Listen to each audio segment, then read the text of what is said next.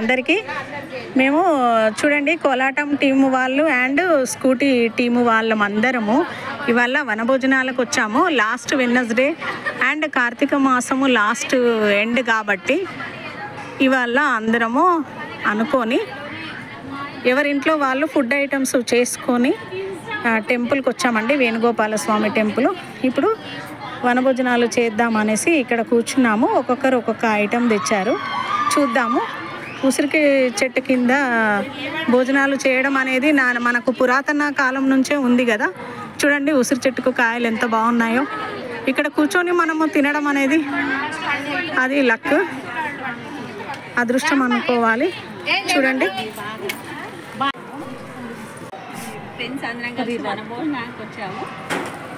Paneer curry తీసుకొచ్చాను. మేము friends అందరం కలిసి వనభోజనానికి వచ్చి మేము ఫ్రెండ్స్ అందరూ వనభోజనానికి మిర్చి బజ్జీ వేడి వేడి రైస్ తీసుకొచ్చా, వైట్ రైస్.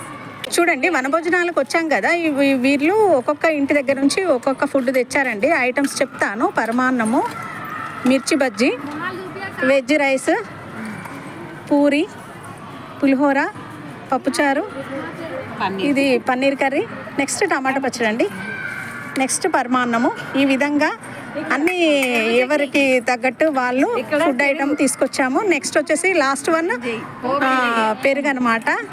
చూడండి చాలా బాగుంది చిక్కగా. ఈ విధంగా అందరము ఒక్కొక్క ఐటము చేసుకొని వచ్చాము. చూడండి. ఓకే అండి, థ్యాంక్ యూ.